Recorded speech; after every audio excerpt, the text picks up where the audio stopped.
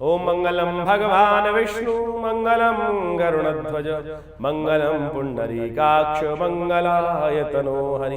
नमस्कार, स्वागत है आपका आचार्यवाणी में। मैं आचार्य विक्रमादित्य आपके साथ हूँ और आज का हमारा कार्यक्रम जो है वो है मेष राशि वालों के लिए कैसा रहेगा सितंबर का अंतिम भाग। देखिए मेष राशि वालों, आपकी राशि के स्वामी है मंगल और मंगल इस वक्त आपकी राशि के अनुसार से जो चल रहे हैं वो चल रहे हैं छठे भाव में और इसी सितंबर के अंतिम भाग में मंगल होने जा रहे हैं अस्त। और ये मंगल के अस्त हो जाने के कारण से जब लग्नेश अस्त हो जाते हैं, लग्न के स्वामी अस्त हो जाते हैं, तो एक तरह से थोड़ा सा कष्ट के योग बन जाते हैं। तो ऐसे में मंगल को प्रशस्त करने के लिए कौन से खास उपाय आपको कर लेने चाहिए। मंगल हिम्मत के मालिक हैं, पराक्रम के मालिक हैं, सेनापति हैं और समस्त प्रकार के आपकी राशि के अनुसार से स्वामी हैं आपकी राशि के। तो ऐसे में अपनी हिम्मत को आपको जगा के रखने के प्रयास करना चाहिए। देखिएगा क्या कुछ प्रभाव इन ग्रहों के अनुसार से आपके जीवन में पड़ने वाला है। देखिए हम जो कुछ विचार करते हैं, जो हम कर्म करते हैं, जो चीज़ हमारे सामने आती हैं, वो सारे ग्रह योगों के अनुसार से हम उसको समझ सकते हैं कि कैसे कैसे ग्रह योग हैं और क्या कुछ हमारे साथ घटने के आगे भविष्य में रास्ते बन सकते हैं, क्या कुछ होने के योग बन सकते हैं। ऐसे में उन सब चीज़ों को प्रशस्त समझते हुए हमको परिवर्तन का प्रयास करना चाहिए। उससे पहले अपने आप को तैयार करने का प्रयास करना चाहिए। और जो बुद्धिमान व्यक्ति हैं वो ज्योतिष विज्ञान के माध्यम से बहुत सारी चीज़ें जानकर अपने आप को आने वाले भविष्य के प्रति तैयार कर सकते हैं। तो 21 सितंबर का ग्रहों का योगायोग आपके लिए कैसा बन रहा है, सबसे पहले वो जान लीजिए। देखिए भाद्रपद महीना चल रहा है, शुक्ल पक्ष विद्यमान है, षष्ठी तिथि है 21 सितंबर के दिन, उस दिन गुरुवार का अवसर है और आपके ग्रह योग के अनुसार से थोड़ा सा ग्रह योग आपके लिए थोड़ा भारी दिखाई देता है। अननेसेसरी खर्चे आपको परेशान कर सकते हैं, थोड़ी सी बातों में अननेसेसरी मन में मुटाव होने के योग दिखाई देते हैं। कोई ना कोई आपको फंसाने का प्रयास कर सकता है। किसी न किसी बातचीत में आप जो भी कार्य करें बहुत विचारों को दृढ़ रखते हुए करने का प्रयास करना चाहिए।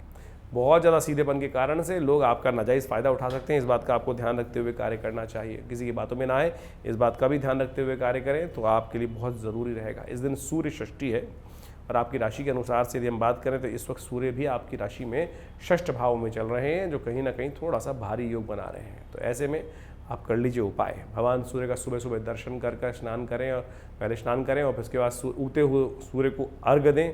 तांबे के लोटे में थोड़ा पुष्प डाल दीजिए, पीले रंग का कनेर पुष्प आजकल बहुत आ रहे हैं क्योंकि इसका बरसात का महीना चल रहा है।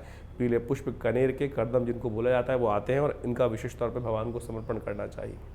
शुभ तिथि है, सर्वार्थ सिद्धि योग भी विद्यमान है जो सुबह से आरंभ हो जाएगा और करीब 3:34 तक चलेगा। तो इसका लाभ ले सकते हैं। नया कार्य आरंभ करना हो तो उसके लिए लाभ मिल सकता है। यदि 22 तारीख की हम बात करें तो उस दिन ग्रहों का योग दिखाता है कि उस दिन सप्तमी तिथि भाद्रपद मास शुक्ल पक्ष की शुक्रवार का अवसर और ग्रहों का परिवर्तन का योग। ये परिवर्तन आपके लिए भाग्योदय कारक हो सकता है, बहुत लाभ दे सकता है और आगे बढ़ने के सुंदर अवसर आपके लिए बना सकता है। तो ऐसे में आप सदाचरण की तरफ बहुत अच्छे अग्रसित रहेंगे। दोपहर के बाद से ग्रहों का योगायोग परिवर्तन की तरफ जा रहा है, यह आपके लिए बहुत अच्छा रहेगा। भद्रा भी विद्यमान है, इस बात का ध्यान रखिएगा। दोपहर को 1:54 से भद्रा आरंभ हो जाएगी। तो नया कार्य आरंभ करने के लिए, नए विचार करने के लिए दिन थोड़ा विचार सोच समझ के करने का प्रयास करना चाहिए। तो आपको ये बात ध्यान रखते हुए कार्य करना है। इस दिन महालक्ष्मी व्रत आरंभ हो रहे हैं। ये भारतीय संस्कृति का चमत्कारिक 16 दिन है। भारतीय संस्कृति के, जी हाँ, चमत्कारिक 16 दिन। यदि आप हम आपको एक ऐसा सूत्र बताने जा रहे हैं कि आप समस्त अभावों को, धन के अभावों को दूर करने के योग बना सकते हैं, लेकिन विधि सही होनी चाहिए। देखिए शास्त्र में कथा आती है, भगवान विष्णु की आप जो भी मूर्ति देखें वहाँ पर उनकी छाती पर एक पदचिन्ह बना होता है, पैर का निशान बना होता है भगवान की छाती पर। उसको भृगु चिन्ह बोला जाता है। भृगु ऋषि के पद का, पैर का निशान कहा जाता है। भगवान महाराज भृगु ने एक बार जब यात्रा कर रहे थे तो भगवान विष्णु के साथ उनका दर्शन करने पहुँचे तो भगवान विष्णु शेषशय्या पर विश्राम कर रहे थे। भक्त थे भगवान के, बड़े प्रगाढ़ किस्म के भक्त थे और भक्त ऋषि भी साथ में थे। उनको लगा कि भगवान भक्त का अनादर हुआ है, भगवान के समक्ष पहुँचे और हम भगवान के पास जा रहे हैं, भगवान तो सदा जागृत रहते हैं, सो रहे हैं। तो कहा जाता है भृगु ने पद से आघात किया भगवान विष्णु की छाती पर। भगवान विष्णु तत्काल उठकर उनको प्रणाम किए और बोले, महाराज मेरा तो कठोर हृदय है, आपके चरण पे चोट लगी होगी तो आप आज्ञा दें मुझे। ऐसे में महालक्ष्मी जी ने भृगु को श्राप दिया और कहा कि आज के बाद हम आपके पास आएंगे नहीं। तो भृगु ने उस वक्त, महर्षि भृगु ने उस वक्त 16 मंत्र का सृजन किया और कहा इन मंत्रों को मैं क्या, जो भी जप करेगा आपको उनके पास जाना पड़ेगा। तो ये महालक्ष्मी के व्रत 16 दिन के हैं, 16 मंत्रों के साथ हैं। वो मंत्र इस प्रकार से हैं जिसको श्री सूक्त के रूप में आप बहुत सारे लोग जानते हैं, लेकिन उनका उच्चारण बिल्कुल शुद्ध होना चाहिए। हमने देखा बहुत सारे लोगों, सैयों लोगों पे इसका प्रभाव देखा, जिन्होंने बड़ी श्रद्धा के साथ इनका नित्यपति यज्ञ किया, अनुष्ठान किया, उनके जीवन में चमत्कार उपस्थित हुआ। बहुत सारे लोग लगातार आपको कथाएं सुनाते रहते हैं, पता नहीं कौन कौन सी कथाएं हमने देखी हैं कि 16 दिन तक 16 गांठें बांधकर मंत्र का जप करें और विधान व्रत रखें, केवल भूखे। देखिए, केवल भूख हड़ताल से कुछ नहीं होने वाला है। आप व्रत का मतलब केवल ये सोच लेते हैं कि 16 दिन तक व्रत का पालन करना। व्रत का मतलब होता है संकल्प का पालन करना, तपस्या करना। तपस्या करूँगा, अनुष्ठानित कार्य करूँगा। केवल आप दिन भर अपने व्यवसाय में लगे, काम में लगे और भूखे मर रहे हैं, वो व्रत नहीं हुआ। व्रत का वास्तविक अर्थ है उपवास।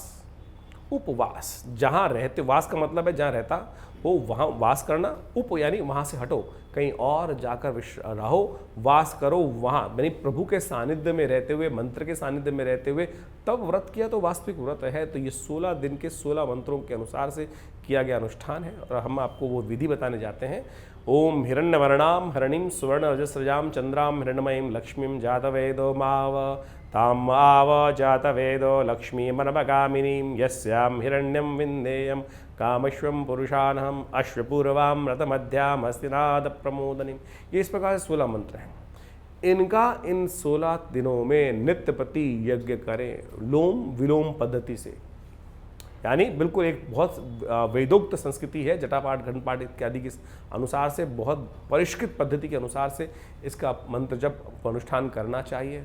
और फिर महालक्ष्मी कृपा अवश्य, जैसे प्रभु ने कहा है ना कि अवश्य बाध्य होना पड़ेगा महालक्ष्मी को आपके पास, आप पर कृपा करने के निमित्त, तो आप इसका सहारा ले सकते हैं इन 16 दिनों में। और हमने विवेकानंद योगाश्रम में व्यवस्था करी है अपने आश्रम पर कि 16 दिन तक विशेष यज्ञ की सुंदर व्यवस्था रहेगी।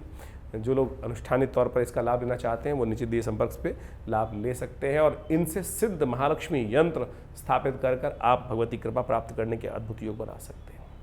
23 तारीख को ग्रहों का योगायोग देख लीजिए। अब 22 को हमने बताया, 23 तारीख को अष्टमी तिथि है, शनिवार का अवसर है और बड़े ग्रहों का सुंदर योग बन रहा है। इस दिन अष्टमी है, राधा अष्टमी के रूप में तिथि को माना जाता है।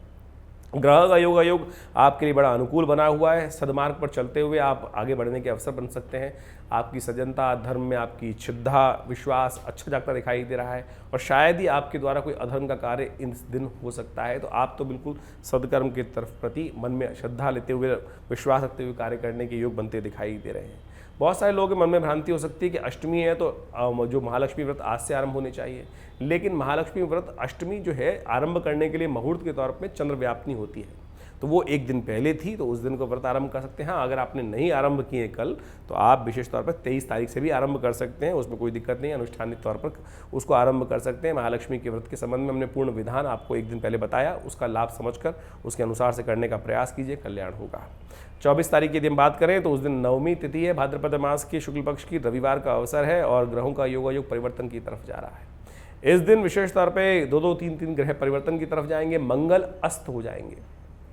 देखिए मेष राशि वालों, आपकी राशि के अनुसार से आपकी राशि के स्वामी मंगल हैं। ऐसे में मंगल का अस्त होने के कारण से आपके मनोबल में थोड़ी गिरावट आने के योग बन सकते हैं, तो बहुत सावधान होकर मंगल को शक्ति देने का आपको प्रयास करना चाहिए। हनुमान चालीसा का नित्यप्रति पाठ करें, यह आपके लिए बहुत अच्छा उपाय रहेगा। इसका लाभ लेते हुए कार्य करना चाहिए आपको। आपका दिन विशेष तौर पर आगे बढ़ने के बन सकते हैं, दिन अच्छा जाएगा, धर्म में आपकी आस्था रहेगी और साथ साथ सर्वार्थ सिद्ध योग भी विद्यमान है, जो करीब 1:14 से आरंभ होगा। उसके बाद नया कार्य आरंभ करना हो तो इस मुहूर्त का लाभ लेकर आप कार्य कर सकते हैं। 25 तारीख की यदि हम बात करें तो उस दिन दशमी तिथि है और एकादशी का योग है। इस दिन एकादशी क्षय हो रही है और यानी अगले दिन सुबह सूर्योदय से पहले एकादशी समाप्त हो जाएगी। दशमी और एकादशी का संयोग बन गया है, एकादशी क्षय हो गई है, सोमवार का अवसर है।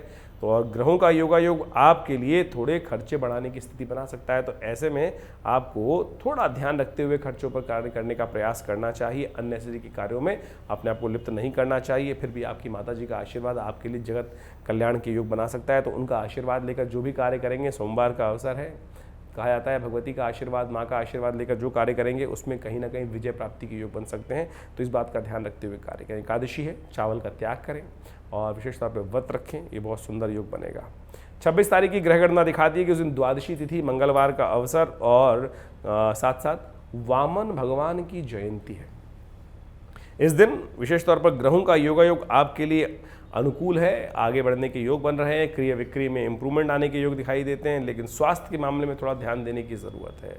अननेसेसरी के थोड़े से स्वास्थ्य का ध्यान रखें, बेकार की हबड़ा तबड़ी में ना रहें, बहुत जल्दी जल्दी कार्यों को पूर्ण करने के चक्कर में ना फंसें, बहुत सोच विचार कर कार्य करने का प्रयास करें। लेकिन एक बात का अच्छा योग बन रहा है कि आपको आपके कार्यों का पूर्ण लाभ मिलने के योग बनते दिखाई दे रहे हैं। तो शांति की, शालीनता के साथ काम करने की, हड़बड़ा जल्दबाजी नहीं, केवल जल्दबाजी से आपको बचने का प्रयास करना चाहिए। जैसा हमने कहा, वामन भगवान की जयंती है, तो मंदिर में जाकर ब्राह्मणों को वस्त्र दें, ब्राह्मणों को उनका पूजन करें, उनका आशीर्वाद लें, साधु संत महात्माओं का आशीर्वाद लेकर कल्याण करें, और आशीर्वाद लेंगे तो कल्याण होगा।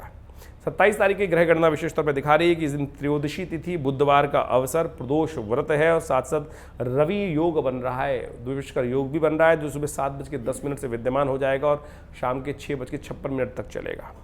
ग्रहों का योगायोग बड़ा सुंदर है, और ऐसे में विशेष तौर पर आपको आगे बढ़ने के योग बनते दिखाई दे रहे हैं। एक बड़ी सुंदर तिथि है कि आप यदि अपने चाल में, वो कहा है ना, हाथी चलत बाजार में कुत्ता भौंक हजार, साधुन को दुर्भाव नहीं जो निंदे संसार, तो अपने कार्य में मस्त होकर लगे रहिए। दुनिया कुछ भी कहती रहे, आपका कोई भी कुछ बिगाड़ नहीं सकता, ये साफ साफ समझ लीजिए। चाहे चिंता करने की ज़रूरत नहीं, केवल पुरुषार्थ करें। मंगल वीक चल रहा है, उसको बल देने का आपको प्रयास करना चाहिए, वो आपके लिए बहुत ज़रूरी है। मंगल को बल देकर काम करेंगे, थोड़ी शक्ति देकर काम करेंगे, तो बहुत सुंदर आपके लिए लाभ के योग बन सकते हैं। प्रदोष है इस दिन, देखिए प्रदोष व्रत हमारे समस्त दिनों में पूरे विशेष तौर पर पक्ष के अंदर सबसे सुंदर योग माना जाता है।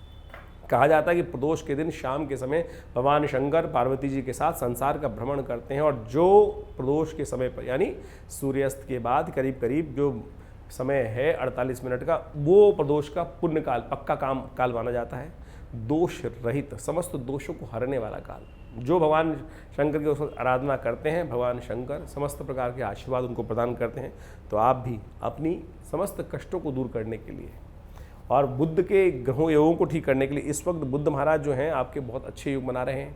उनको और शक्ति देने के लिए शाम के समय भगवान का विशेष तौर पर विजया रस से, भंग के रस से भगवान का अभिषेक कीजिए। आपकी राशि के अनुसार से इस वक्त योग बन रहा है, बहुत सुंदर आगे बढ़ने के योग बन सकते हैं, लाभ के योग बन सकते हैं, तो इसको करना चाहिए आपको। 28 तारीख की ग्रह गणना देखें तो उस दिन चतुर्दशी तिथि है, गुरुवार का अवसर है, और साथ साथ ग्रहों का योगायोग परिवर्तन की तरफ जा रहा है। अनंत चतुर्दशी का योग बन रहा है, अनंत चतुर्दशी। इस दिन जो भी कार्य किया जाता है उसका अनंत गुना फल प्राप्त होता है। शुभ करेंगे तो अनंत गुना शुभ प्राप्त होगा, अशुभ करेंगे तो अनंत गुना अशुभ फल भी प्राप्त करने के योग बन जाएंगे। तो इस बात का आपको ध्यान रखना है कि कोई कम से कम इतना हो कि आपके द्वारा कोई अशुभ कार्य ना हो। इस बात का ध्यान रखते हुए आपको कार्य करने की ज़रूरत है। सत्यव्रत भी इस दिन किया जाएगा। चंद्र दर्शन हो रहे हैं, अगले दिन से श्राद्ध आरंभ हो जाएंगे, तो सत्यव्रत इसी तिथि में कर लेना चाहिए। 28 तारीख को ही पूर्णिमा है और उस दिन शाम के समय पूर्णिमा व्याप्त हो जाएगी, तो शुभ तिथि में आप कार्य करने का प्रयास कीजिए, बड़ा सुंदर रहेगा। ग्रहों का योगायोग आपके लिए विशेष तौर पर अनुकूल है और लाभ के संकेत दे रहा है, लेकिन थोड़ा सा स्थिति एक ये दिक्कत दिखाई देती है कि इसके अंदर ग्रहों के योग के अनुसार से थोड़े खर्चे साथ बढ़ सकते हैं। लाभ के योग प्रबल रूप से, लेकिन आपने यदि खर्चों को कंट्रोल कर लिया तो लाभ आपका दुगना हो सकता है। ये स्थिति भी बनती दिखाई दे रही है। थोड़ा स्वास्थ्य के मामले में ध्यान रखें, टांगों का दर्द, थोड़ी ज़बरदस्ती वीकनेस, टांगों में दर्द इत्यादि, ये आपको परेशान कर सकता है। तो इसलिए थोड़ा सा अपने आप को स्टिमुलेट करने का प्रयास कीजिए। थोड़ा सा अपने आप को विशेष तौर पर जो महीना चल रहा है वो विशेष तौर पर भादों का चल रहा है, तो ऐसे में वायु ना शरीर में बढ़ने दें, इस बात का ध्यान रखते हुए कार्य करें। थोड़ा मेथी दाने का सेवन करते रहें, थोड़ा सा तेल मर्दन करते रहें, इन सब से आपको लाभ प्राप्ति के योग बनेंगे। थोड़ा वायुनाशक चीज़ों का उपयोग करेंगे तो बहुत सुंदर रहेगा आपके लिए। अब हम बात कर लेते हैं विशेष तौर पर 29 तारीख की। 29 तारीख को पूर्णिमा है, भाद्रपद की पूर्णिमा से ही कहा जाता है श्राद्ध पक्ष आरंभ हो जाता है, और श्राद्ध पक्ष में श्रद्धा का समर्पण। और इस दिन विशेष तौर पे जिनका पूर्णिमा में शरीर पूरा हुआ है उनका श्राद्ध करने का शास्त्र में नियम बताया गया है। और साथ साथ ग्रहों का योगायोग समझें, शुक्रवार का अवसर और ग्रहों का योगायोग आपके लिए विशेष तौर पे थोड़े से खर्चे बढ़ाने के योग दे रहा है। अननेसेसरी के जुर्माने आपके जिम्मे पड़ सकते हैं, जो आपने दोष नहीं किया है उसमें भी आपका नाम लिप्त हो सकता है। तो बहुत सोच समझ कर कार्य करने की ज़रूरत है। अननेसेसरी के पंगों में ना फंसें, इस बात का ध्यान रखते हुए कार्य करना आपको बहुत ज़रूरी है। पूर्णिमा का श्राद्ध है, एक बात ध्यान रखें, अपने पितरों के निमित्त विशेष तौर पर यदि पूर्णिमा उस दिन तर्पण करने का अच्छा योग है तो कोशिश करें तर्पण अपने पितरों के निमित्त अवश्य करना चाहिए। शास्त्र में कहा गया है कि अपनी 3 पीढ़ी तक हर व्यक्ति को, चाहे वो छोटा है चाहे वो बड़ा है, बहुत सारे लोग भ्रांति ये उत्पन्न कर लेते हैं कि भाई हमारे बड़े भाई हैं, उनको करना है, हम छोटे हैं, हम तो यही करेंगे। अरे भाई, पूर्वज आपके भी थे, पितृ आपके भी हैं, तो यदि आप भी करेंगे तो आपका भी दायित्व बनता है। हर कोई ऐसा नहीं कि उन्हीं एक ही का कर्तव्य है, जो करेगा उसको लाभ प्राप्त होगा।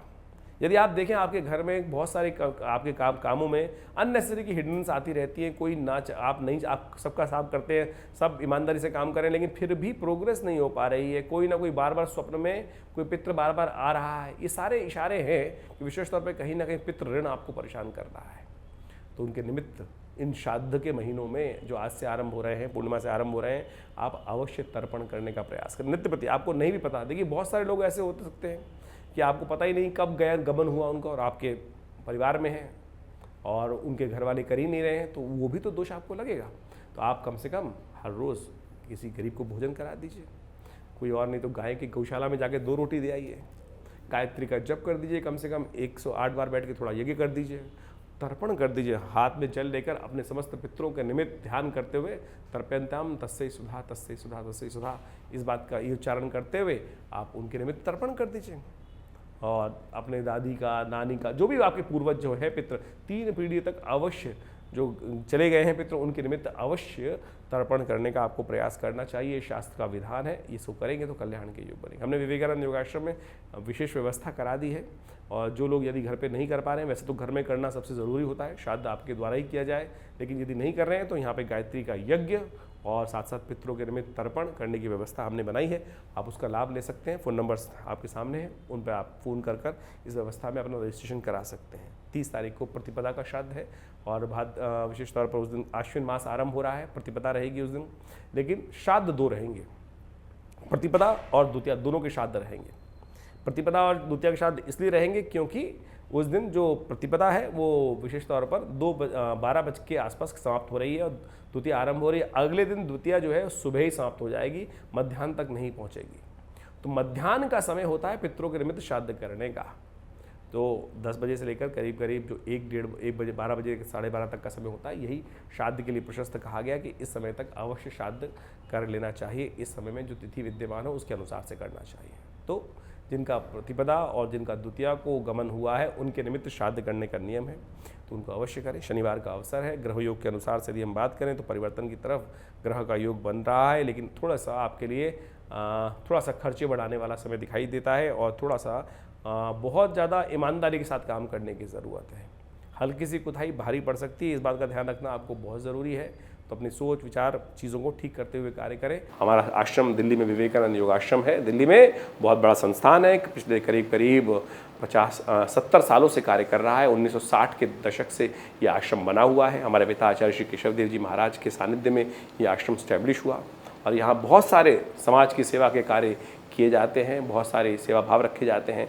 बहुत बड़ी गौशाला है आश्रम के अंतर्गत, बहुत भंडारे चलते हैं, रविवार को बहुत विशाल भंडारा होता है, मंगलवार के दिन सुंदरकांड का सुंदर पाठ होता है, नित्यपति हर रोज़ करीब 8 घंटे यज्ञ रहता है आश्रम पर। आप भी हर रविवार को उस यज्ञ में भाग ले सकते हैं। इसके अलावा माँ भगवती की दिव्य प्रतिमा है जो 1947 में मुल्तान से हमारे आश्रम पे पधारी, वो प्रतिष्ठित हैं। बहुत चमत्कारी 400 साल पुरानी प्रतिमा है, भगवती की चमत्कारी प्रतिमा है, और उनका दर्शन कर लेने मात्र से समस्त कष्ट दूर होते हैं। और दिल्ली में ये विवेकानंद हॉस्पिटल योगाश्रम 100 बेड का योग प्राकृतिक चिकित्सा का हॉस्पिटल है जो कार्य क्षेत्र में है। भारत सरकार के साथ मिलकर कार्य करते हैं हम लोग, और बहुत सारे शोध कार्य करीब 100 पुस्तक के आश्रम की तरफ से प्रकाशित हैं जो भारतीय पराविद्याओं पर है। तो ये बहुत सारे कार्य हैं, हम समय समय पर करते रहते हैं। आप भी विवेकानंद योगाश्रम से जुड़े, समस्त जानकारी के लिए नीचे फ़ोन नंबर दिए हुए हैं, उनसे संपर्क साध सकते हैं। धन्यवाद, नमस्कार।